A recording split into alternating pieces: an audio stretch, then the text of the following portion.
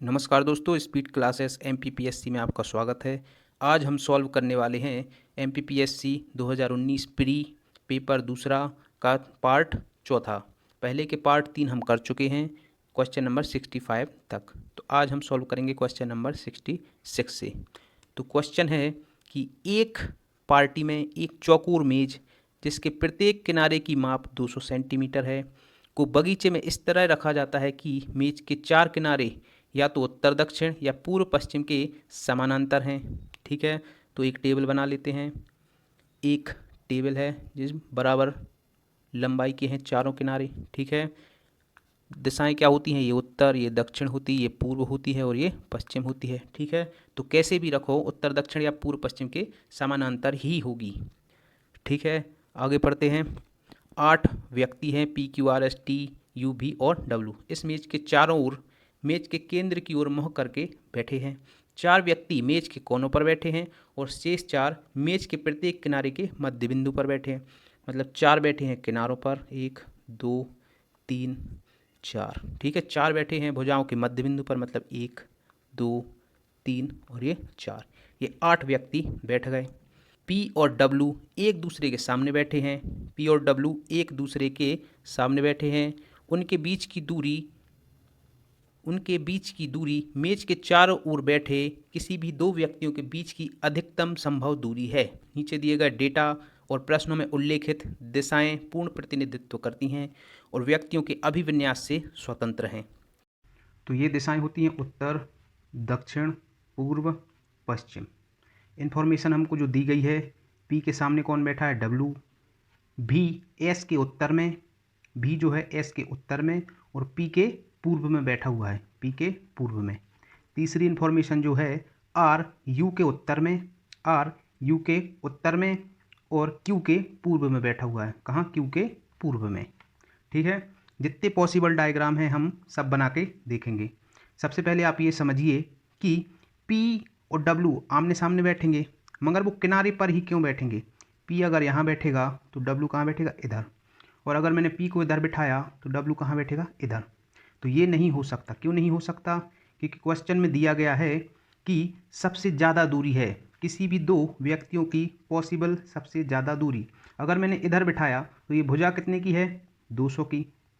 तो ये दूरी कितनी हो जाएगी, 200 सेंटीमीटर। ठीक है, और अगर मैंने किनारे पे बिठाया तो ये दूरी कितनी हो जाएगी, ये हो जाएगी, ये 200 है और ये 200 है। कितनी है, ये 200 और ये 200। तो ये निकालने के लिए हमको क्या लगाना पड़ेगा, पाइथागोरस प्रमेय। ठीक है, तो ये दूरी कितनी हो जाएगी, 200 का वर्ग प्लस 200 का वर्ग। ठीक है, अंडर रूट में कौन सी दूरी, पी और डब्लू की। ठीक है, कौन सी हो जाएगी, पी और डब्लू की दूरी हो जाएगी इस भुजा का वर्ग और इस भुजा का वर्ग अंडर रूट में पाइथागोरस प्रमेय से। ठीक है, तो ये कितना आ जाएगा, ये आ जाएगा कितना, 2 का वर्ग 4, 2 जीरो का वर्ग 4 जीरो 4 4 जीरो। ठीक है, ये 40,000 है। ये 40,000 कितना हो जाएगा, अंडर रूट 80,000 लिख सकते हैं। तो 80,000 को हम क्या लिख सकते हैं, 2 गुणित 40,000। क्या लिख सकते हैं, 2 गुणित 40,000। 40,000 का बाहर आएगा कितना, 200 और 2 अंडर रूट का ये। तो ये ज़्यादा है, ये वाली दूरी ज़्यादा है। 200 गुणित में क्या है, अंडर रूट 2 और ये कितनी है, सिर्फ 200 सेंटीमीटर। ठीक है, तो कभी भी ऐसा नहीं बैठेगा। कैसा बैठेगा, हमेशा किनारे पर। तो हमको इस इंफॉर्मेशन का उपयोग करके इनको बैठाना है। ठीक है, तो दूसरी इन्फॉर्मेशन का उपयोग करके हम बैठाते हैं। अगर मैंने पी को यहाँ बैठाया तो भी को कहाँ बैठाना पड़ेगा, यहाँ पर। कहाँ पर, यहाँ पर। और एस को कहाँ बैठाना पड़ेगा, भी के दक्षिण में, मतलब यहाँ पर। ठीक है, अब आर और क्यू कहाँ बैठ सकते हैं, आर यहाँ बैठेगा तो क्यू यहाँ बैठेगा, क्योंकि एक ही जगह है जहाँ आर और क्यू आमने सामने बैठ सकते हैं। तो आर के नीचे कौन बैठेगा, यू बैठेगा, क्योंकि यू के उत्तर में कौन है, आर। ठीक है, पी के ठीक सामने कौन बैठेगा, डब्लू। जो एक जगह बच गई वहाँ कौन बैठेगा, टी। ठीक है, दूसरा क्या हो सकता है, अगर मैंने पी को यहाँ बिठाया तो भी को यहाँ बिठाना पड़ेगा। ठीक है, भी के दक्षिण में कौन आएगा, यस आएगा। अगर पी के सामने हमें किसको बिठाना है, डब्लू को हमेशा। ठीक है, तो ये नहीं हो सकता। सिर्फ यही पॉसिबल डायग्राम है जो बन सकता है और यही क्या होगा हमारा आंसर। ठीक है, तो ध्यान से देखिए। तो जो हमको मिला है फाइनल ये मिला है। ठीक है, तो हम करते हैं क्वेश्चन सॉल्व। निम्नलिखित में से W से बराबर दूरी पर बैठे हैं, कौन बैठे हैं? S और Q, V और S, V और R, V और Q। तो देख लेते हैं W से बराबर दूरी पर कौन बैठे हैं। S बैठा है और Q बैठा है। ठीक है, तो क्या हो जाएगा इसका आंसर? A। ठीक है, चलते हैं नेक्स्ट क्वेश्चन पे। नेक्स्ट क्वेश्चन है, व्यक्ति S के बाईं ओर कौन बैठा है? तो S के बाईं ओर कौन बैठा है? S के बाईं ओर बैठा है U। कौन बैठा है? U। तो क्या हो जाएगा आंसर? A। नेक्स्ट क्वेश्चन है, W और R के बीच की दूरी है। W और R के बीच की दूरी बतानी है। ठीक है, तो W और R ये है, कौन है? W और R, मतलब हमको ये दूरी बतानी है। ठीक है, तो ये तो हमको पता है कितनी है, ये 200 है। ये पूरी 200 थी, तो ये आधी कितनी होगी? 100। ठीक है, तो हम क्या लगाएंगे? पाइथागोरस प्रमेय। क्या लगाएंगे? पाइथागोरस प्रमेय। तो क्या हो जाएगा? आर डब्लू का वर्ग बराबर क्या हो जाएगा? आर यू का वर्ग प्लस यू डब्लू का वर्ग। ठीक है, मतलब आर यू कितना है? 100 का वर्ग प्लस यू डब्लू कितना है? 200 का वर्ग। ठीक है, तो ये कितना आ जाएगा? 40। ये कितने आ जाएंगे? 4 और 2 0 का 40। ठीक है, तो ये कितने आ जाएंगे? 10,000। ये 40,000 कितने आ जाएंगे? 50,000। कितने आ जाएंगे? 50,000। ठीक है, जब आर डब्ल्यू आएगा तो इस साइड क्या आ जाएगा? Under root. ठीक है, तो 50,000 का अंडर रूट कितना हो जाएगा? 50,000 का अंडर रूट, 50,000 को हम क्या लिख सकते हैं? 10,000। क्या लिख सकते हैं? 10,000 गुणित 5। ठीक है, अंडर रूट में। ठीक है, तो 10,000 का कितना आ जाएगा बाहर? 100 और अंडर रूट 5। ठीक है, क्या जाएगा? 10,000 का आ जाएगा 100 बाहर और अंडर रूट में बचेगा 5। तो कितना हो जाएगा आंसर? 100 under root 5। ठीक है, तो आर और डब्ल्यू के बीच की दूरी कितनी हो जाएगी? 100 अंडर रूट 5। मतलब कि कितना आ जाएगा आंसर? आंसर हो जाएगा अपना सी। क्या हो जाएगा आंसर? सी, 100 अंडर रूट 5। चलते हैं नेक्स्ट क्वेश्चन पे। नेक्स्ट क्वेश्चन है, टी के उत्तर या दक्षिण में निम्नलिखित में से कौन बैठा या बैठे हैं? ठीक है, तो टी के उत्तर या दक्षिण, देख टी के उत्तर में कोई नहीं बैठा। ठीक है, दक्षिण में बैठे हैं क्यू और डब्लू। कौन बैठे हैं? क्यू और डब्लू। तो इसका आंसर हो जाएगा बी। तो नेक्स्ट क्वेश्चन है, वर्तमान समय में सेलफोन का उपयोग तेज़ी से बढ़ रहा है।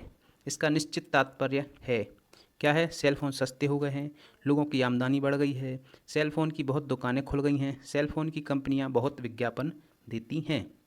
ठीक है, तो इसका आंसर हो जाएगा सेलफोन सस्ते हो गए। ठीक है, आमदनी बढ़ गई, ऐसे तो बहुत सारी चीज़ें हैं, पर वो नहीं बढ़ी, क्या बढ़ा? सेलफोन। ठीक है, तो सेलफोन क्या है? एक तो ज़रूरत भी है और सस्ते भी हो गए हैं। ठीक है, तो व्यक्ति 2-2, 3-3 सेलफोन भी रख रहे हैं। नीचे दी गई आकृति में AC प्लस AB बराबर 5AD और AC माइनस AD बराबर 8 है, तो आयत ABCD का क्षेत्रफल क्या होगा? ठीक है, तो हमको क्षेत्रफल बताना है। ठीक है, आयत का क्षेत्रफल क्या होता है? लंबाई गुणित चौड़ाई। ठीक है, अगर हम इसको मान लें x और इसको मान लें y और विकर्ण को मान लें z, तो सामने वाली भुजा भी क्या हो जाएगी? x, इसके सामने वाली भुजा क्या हो जाएगी? y। ठीक है, तो हमने क्या माना? AC को क्या माना है? z। तो जो समीकरण दिए गए हैं वो क्या हो जाएंगे? AC प्लस AB बराबर 5AD। AC क्या है? z, तो z प्लस AB क्या माना है हमने? x। x बराबर कितना हो जाएगा? 5। AD को क्या माना है हमने? y। तो ये समीकरण 1 आ जाएगा। ठीक है, दूसरा क्या आ जाएगा? AC minus AD। AC क्या है? z माइनस AD क्या है? y बराबर क्या हो जाएगा? 8। ठीक है, ये दूसरा समीकरण है। ठीक है, आगे हम इसको सॉल्व करते हैं। हमको पता है कि जो आयत का विकर्ण है वो आयत को दो समकोण त्रिभुज में बांटता है। पहला तो ये समकोण त्रिभुज हो गया और दूसरा कौन सा हो गया? ये वाला। ठीक है, तो हम किसी में भी क्या लगा सकते हैं? पाइथागोरस प्रमेय। तो आगे देखिए, तो ये इन्फॉर्मेशन हमको दी गई है। हमने ए बी को क्या माना? x माना। क्या माना? x। ए बी को क्या माना? x। बी सी को क्या माना? y। तो आयत में आमने सामने की भुजाएं क्या होती हैं? बराबर। तो x ये हो जाएगा, y के सामने की भुजा क्या हो जाएगी? y। विकर्ण जो माना है वो क्या है? z।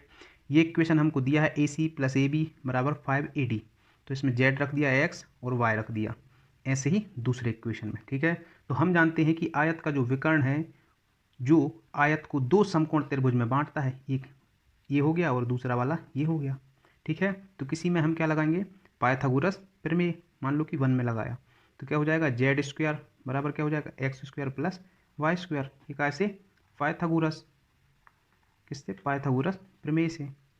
ठीक है, तो Z की वैल्यू हम पहले इक्वेशन से क्या मिल जाएगी हमको, Z + X बराबर क्या दिया गया है, 5Y। तो Z बराबर हो जाएगा 5Y - X, Z की वैल्यू मिल गई। ठीक है, तो हम किसमें, पाइथागोरस प्रमेय में Z की वैल्यू रख देंगे, क्योंकि हमारा मकसद है कि हमको क्या चाहिए, X और Y, क्योंकि आयत का जो क्षेत्रफल होता है वो क्या होता है, X गुणित Y, लंबाई गुणित चौड़ाई। तो कैसे भी हमको, कैसे भी करके Z को हटाना है। ठीक है, तो पाइथागोरस में रखने पर Z की वैल्यू, तो 5Y - X बराबर क्या हो जाएगा, X² + Y²। ठीक है, तो ये क्या आ जाएगा, स्क्वायर। तो 5Y - X बराबर क्या हो जाएगा, √X² + Y²। ठीक है, इसका क्या करेंगे, वर्ग करने पर, तो इसका वर्ग करेंगे तो क्या हो जाएगा, 25Y² - X² + X² - 10XY। ठीक है, X + Y का होल स्क्वायर का फॉर्मूला लग जाएगा। ठीक है, इस तरफ क्या हो जाएगा, X² + Y², वर्ग से वर्गमूल कट जाएगा। ठीक है, पक्षांतर करेंगे, 25Y², ये इस साइड आएगा तो कितना बचेगा, 24Y²।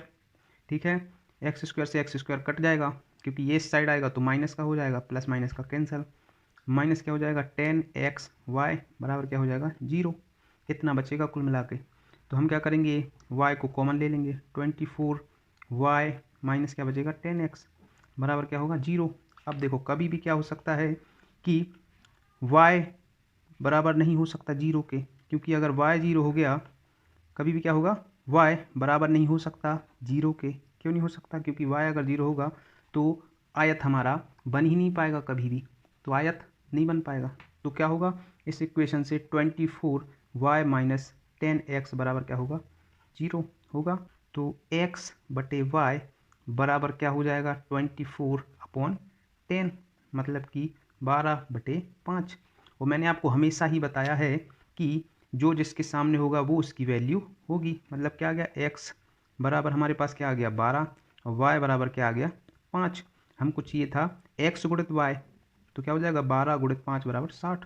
तो इसका आंसर हो जाएगा क्या, 60। इसका क्षेत्रफल कितना आ जाएगा आयत का, 60। तो इसका आंसर होगा 60। जैसा कि चित्र में दिखाया गया है, 4 समान सिक्कों को एक वर्ग में रखा जाता है। एक वर्ग है मतलब 4 भुजाएं इसकी क्या हैं, बराबर हैं। प्रत्येक सिक्के के लिए क्षेत्रफल से परिधि का अनुपात और परिधि से क्षेत्रफल का अनुपात बराबर है। तो वर्ग के उस क्षेत्रफल को प्राप्त करें जो सिक्कों से ढला नहीं है। ठीक है, तो हम क्या मानेंगे, इसकी त्रिज्या कितनी है, r। ठीक है, इसकी भी कितनी है, r, इसकी भी कितनी है, r, और इसकी भी कितनी है, r, क्योंकि चारों वृत्त जो हैं बराबर हैं। ठीक है, तो ये r, ये r, तो पूरा कितना हो जाएगा, ये 2r। ठीक है, ये वाला भी कितना हो जाएगा, 2r। तो एक भुजा जो हमको मिली वो कितनी मिली, 4r। वर्ग की एक भुजा कितनी मिली, 4r। ठीक है, आगे देखते हैं, हमको क्या दिया गया है क्वेश्चन में, प्रत्येक सिक्के के लिए क्षेत्रफल से परिधि का अनुपात, मतलब सिक्के का क्षेत्रफल कितना होगा, πr², और परिधि कितनी होगी, प्रत्येक सिक्के के लिए क्षेत्रफल से परिधि का अनुपात, परिधि कितनी होगी, 2πr का अनुपात, और परिधि से क्षेत्रफल का अनुपात मतलब 2πr अपॉन क्या है, πr²। ठीक है, क्षेत्रफल से परिधि का अनुपात बराबर है परिधि से क्षेत्रफल के अनुपात के। ये हमको क्वेश्चन में दिया गया है, जिससे हम क्या फाइंड करेंगे, त्रिज्या, त्रिज्या से क्या आएगा, क्षेत्रफल। ठीक है, हमको वर्ग की भुजा कितनी मिली, 4r, हमको सिर्फ त्रिज्या चाहिए। ठीक है, तो इतना हमको क्वेश्चन में दिया है कि क्षेत्रफल का अनुपात परिधि के अनुपात से बराबर है परिधि के अनुपात का क्षेत्रफल के अनुपात से। ठीक है, हम सॉल्व करते हैं, r से r कट जाएगा, पाई से पाई कट जाएगा, r से r कट जाएगा, पाई से पाई कट जाएगा। ठीक है, इधर क्या बचेगा, सिर्फ r, और इधर क्या बचेगा, 2। इस साइड क्या बचेगा, 2, और बटे में क्या बचेगा, r। तो आर स्क्वायर बराबर क्या आ जाएगा 4। ठीक है, आर स्क्वायर बराबर क्या आ गया 4, मतलब आर बराबर 2 आ गया। ठीक है, तो हम क्वेश्चंस में रखते हैं। तो ये क्या है वर्ग, तो वर्ग का क्षेत्रफल क्या होता है वर्ग, तो वर्ग का क्षेत्रफल क्या होता है भुजा का वर्ग। तो एक भुजा हमारी कितनी है 4r है। ठीक है, r की वैल्यू हमको मिल गई 2, मतलब ये कितनी हो गई 8। एक भुजा कितनी हो गई 8। ठीक है, तो भुजा का वर्ग मतलब 8 का वर्ग मतलब कितना आ गया 64। ठीक है, तो वर्ग का क्षेत्रफल कितना आ गया 64। ठीक है, और वृत्त का क्षेत्रफल कितना है, वृत्त का क्षेत्रफल कितना आ जाएगा पाई आर स्क्वायर। ठीक है, पाई आर हमारे पास कितना है, आर स्क्वायर कितना है 4। ठीक है, तो गुणित में क्या आ जाएगा 4, तो 4 पाई। तो हमको निकालना है जो वृत्तों से नहीं घिरा, जो वृत्तों से नहीं घिरा वो क्षेत्रफल हमको निकालना है। मतलब हम क्या करेंगे, वर्ग का क्षेत्रफल में से वृत्त का क्षेत्रफल घटा देंगे। क्या कर देंगे, घटा देंगे। तो जो नहीं घिरा है वो आ जाएगा। वर्ग का क्षेत्रफल कितना है 64, वृत्त का क्षेत्रफल कितना है 4 पाई, पर कितने वृत्त हैं 4, तो 4 का हमको क्या करना पड़ेगा गुणा। तो 64 माइनस 16 पाई। ठीक है, 16 कॉमन ले लो, कितना आ जाएगा 4 माइनस पाई। तो आंसर हो जाएगा इसका 60 ब्रैकेट में 4 माइनस पाई, ये इसका आंसर हो जाएगा। तो नेक्स्ट क्वेश्चन है 73। 2/5 मतदाताओं ने प्रत्याशी ए को वोट देने का वादा किया और बाकी ने प्रत्याशी बी को वोट देने का वादा किया। इनमें से 15% मतदाताओं ने प्रत्याशी ए को वोट देने के वादे को तोड़ दिया और 25% मतदाताओं ने बी को वोट देने के वादे को तोड़ दिया। ए 200 वोटों से हार गया, तो कुल संख्या हमको मतदाताओं की बतानी है। ठीक है, मैंने आपको हमेशा बताया है कि 2/5 है, मतलब 2/5, तो इसमें कुल वोट कितने कहलाए 5। ये हमेशा जो बटे में रखी रहती है वो क्या होती है कुल। ठीक है, और 2 मतलब 5 में से 2 वोट मिलेंगे किसको ए को। ठीक है, तो हमको क्या करना है कुल वोट मानना है 500, जिससे क्या होगा प्रतिशत निकालने में आसानी होगी। ठीक है, 2 मानोगे 5 मानोगे तो भी आंसर वही आएगा, मगर 500 200 मानोगे तो क्या होगा परसेंटेज निकालने में आसानी होगी। ठीक है, तो क्या बोल रहा है 2/5 मतदाताओं ने ए को वोट देने का वादा किया, मतलब 5 हमने माना, 5 को क्या मानेंगे हम 500। ठीक है, तो ए को माना हमने और बी को माना। ठीक है, ए को कितने 200 वोट मिलने थे। ठीक है, तो बाकी किसको मिलेंगे 300 बी को। ठीक है, टोटल वोट कितने हो गए 500। क्या बोल रहा है कि इनमें से 15% मतदाताओं ने ए को वोट देने अपने वादे को तोड़ दिया। ठीक है, तो इसका 15% कितना हो जाएगा, कितना हो जाएगा 200 का 15% 30, मतलब 30 लोगों ने वोट किसको दे दिया ए को ना देकर किसको दे दिया बी को दे दिया। और बी का कितना 25%, 25% कितना आ जाएगा इसका, इसका आ जाएगा 25%, 75 व्यक्ति। ठीक है, तो 75 व्यक्तियों ने वोट बी को ना दिया, किसको दे दिया ए को दे दिया। ठीक है, तो इसको मिलेंगे कितने 200 में से 30 ने नहीं दिया था तो कितने बचे 170, मगर ये 75 लोगों ने ए को दे दिया तो कितने होगा इसके 170 और ये 75। ठीक है, वोट कितने हो गए टोटल 5 4 2 245। और इसके पास कितने हो गए 75 ने नहीं दिया वोट, मतलब कितने मिलने चाहिए थे इसको 225, कितने 225, मगर 30 लोगों ने जो ए थे वो किसको दे दिया बी को, तो 30 वोट और मिल गए। तो कितने मिले 5 5 और 2 255। ठीक है, तो डिफरेंस कितना आ रहा है 10 वोटों का। ठीक है, तो 10 वोटों से जीतना चाहिए था किसको बी को, पर जीता कितने से, कितने से जीता 200 से। ठीक है, मतलब 10 कितने के बराबर है 200 के, तो हमको निकालना है कितने के बराबर 500 के बराबर, क्योंकि हमने टोटल वोट जो माने हैं वो कितने माने हैं 500 हमने माने थे नहीं। ठीक है, तो 10 की वैल्यू कितने के बराबर है 200 के, 10 की वैल्यू कितने के बराबर है 200 के, तो हमको निकालना है 500 के। तो 10 में कितने का गुणा करें कि 500 बन जाए, तो कितने का करेंगे 50 का, तो ये बन जाएंगे 500। जब 50 का इस साइड किया है तो 200 में भी कितने का गुणा करना पड़ेगा 50 का, तो कितने बन जाएंगे 5 दूनी 10 और 3 जीरो और। ठीक है, आंसर कितना है 10,000।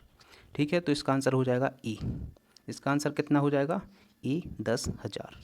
ठीक है, अगर समझ में नहीं आया तो रिवर्स करके आप देख सकते हो, समझ में आ जाएगा। नेक्स्ट क्वेश्चन है 74। एक कंपनी में 40% कर्मचारी पुरुष हैं, ठीक है। पुरुष कितने हैं, मतलब मेल कितने हैं, 40%, ठीक है। तो 60% कौन होंगी, महिलाएं होंगी, ठीक है। फीमेल कितनी होंगी, फीमेल कितनी होंगी, 60%, ठीक है। तो हम मानते हैं कुल कितने व्यक्ति हैं, 100, मतलब कुल कर्मचारी कितने हैं, 100 हैं, ठीक है। जिसमें से 40 कौन है, मेल है मतलब पुरुष, और 60 कौन है, फीमेल है, ठीक है। और 75% पुरुष प्रतिवर्ष 25,000 से अधिक कमाते हैं, ठीक है। तो 40 का 75% कितना हो जाएगा, 30 व्यक्ति, कितना, 75%, 30 व्यक्ति, ठीक है, 30 व्यक्ति,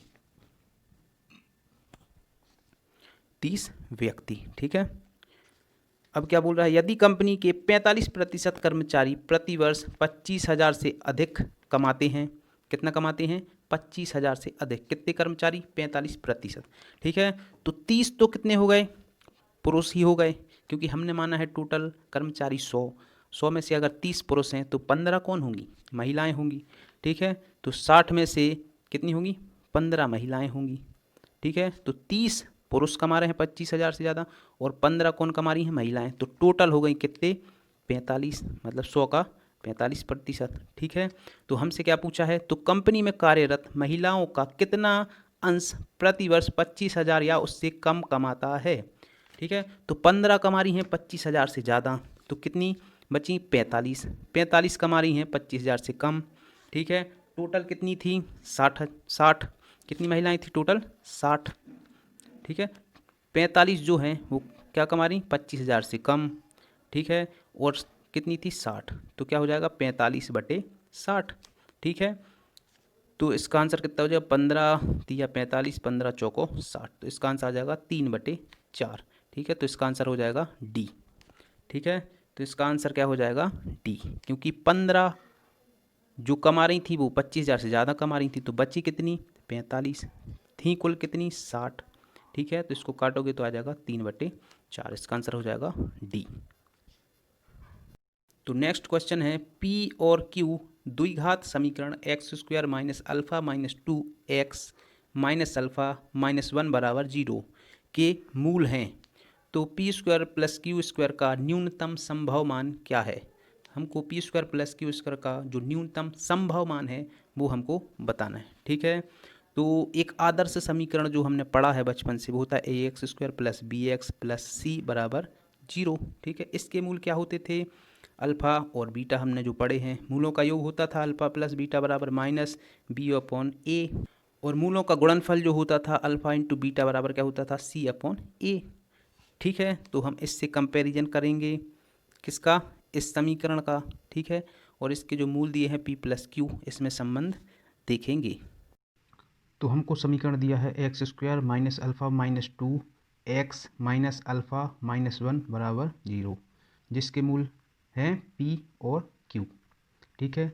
जो हम जानते हैं द्विघात समीकरण वो होता है ax² plus bx plus c, ये आदर्श द्विघात समीकरण है जिसके मूल क्या हैं, अल्फ़ा और बीटा।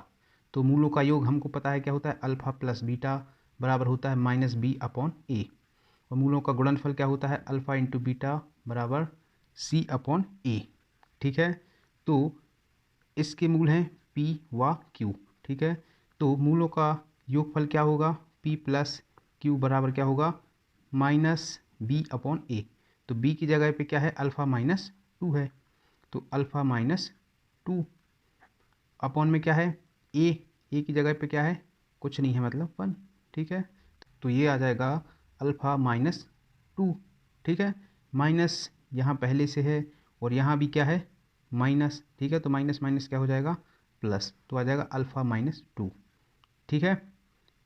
अब क्या होगा, मूलों का गुणनफल p q कितना होगा, c/a, तो c की जगह पे क्या है, माइनस अल्फ़ा माइनस 1, ठीक है। तो क्या है, माइनस अल्फ़ा माइनस 1, a की जगह पे क्या है, 1, ठीक है। तो क्या आ जाएगा, माइनस अल्फ़ा माइनस 1, ठीक है। c की जगह पे क्या है, माइनस अल्फ़ा माइनस 1, और a की जगह पे क्या है, 1, ठीक है। तो ये हमको मिल गया, तो हमको मिल गया p प्लस क्यू बराबर अल्फ़ा माइनस 2, पी क्यू क्या मिल गया, माइनस अल्फ़ा माइनस 1। अब हमको निकालना है p² प्लस q² की वैल्यू, ठीक है। तो हम फॉर्मूला लगाएंगे p प्लस क्यू का होल स्क्वायर, क्या होता है इसका P square plus Q square plus 2pq। तो हमने क्या किया p प्लस क्यू का होल स्क्वायर का विस्तार कर दिया, ठीक है। तो हमको चाहिए है P square plus Q square की वैल्यू, ठीक है। तो पक्षांतर कर देंगे तो क्या बचेगा p प्लस क्यू का होल स्क्वायर माइनस क्या आ जाएगा 2pq, ठीक है। इसके बाद इसकी वैल्यू हमको पता है क्या है p प्लस क्यू की वैल्यू, p प्लस क्यू की वैल्यू है अल्फ़ा माइनस 2, तो रख देंगे अल्फ़ा माइनस 2 का whole square minus 2 P Q की वैल्यू हमको पता है क्या है माइनस अल्फ़ा माइनस 1, ठीक है। इसका विस्तार करेंगे तो अल्फ़ा स्क्वायर प्लस कितना जाएगा 4 माइनस 2 कितना हो जाएगा 4 अल्फ़ा, ठीक है। इसका गुणा करेंगे कोष्टक में तो क्या आ जाएगा प्लस 2 अल्फ़ा हो जाएगा माइनस माइनस प्लस क्या हो जाएगा 2, ठीक है। तो ये आ जाएगा अल्फ़ा स्क्वायर 4 प्लस 2 कितने हो जाएंगे 6 और माइनस 4 अल्फ़ा में से प्लस के 2 अल्फ़ा जाएंगे तो माइनस के 2 अल्फ़ा प्लस 6 हो जाएंगे, 4 प्लस 2 6 हो जाएगा, ठीक है। तो इसको हम इतना लिख सकते हैं, हमको चाहिए P square plus Q square की वैल्यू, ठीक है। तो alpha square minus 2 alpha plus 1 और प्लस 5 लिख सकते हैं। 6 को क्या लिखा हमने 1 प्लस 5, ठीक है। तो इतनी जो वैल्यू है ये क्या बन गया अल्फ़ा माइनस 1 का होल स्क्वायर प्लस 5, इतना बन गया। ये आ गया P square plus Q square. इसकी हमको चाहिए मिनिमम वैल्यू जो कम से कम हो, क्या चाहिए हमको मिनिमम वैल्यू, ठीक है। तो मिनिमम वैल्यू क्या हो सकती है, ये वैल्यू अगर शून्य हो जाए, ठीक है, तो ये हमको मिल जाएगा, सबसे कम यही वैल्यू हो सकती है, ठीक है। तो कब हो सकती है जब अल्फ़ा बराबर हम अगर रख दें 1 तो ये कितना हो जाएगा 0, ठीक है। तो क्या बचेगा 5, तो P square plus Q square की वैल्यू कितनी आ जाएगी 5, इससे कम नहीं हो सकती, ठीक है। तो इसका आंसर क्या होगा 5, इसका आंसर हो जाएगा डी 5, ठीक है।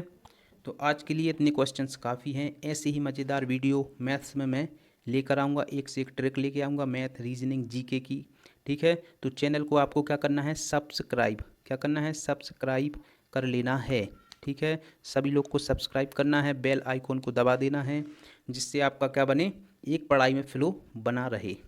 Thank you.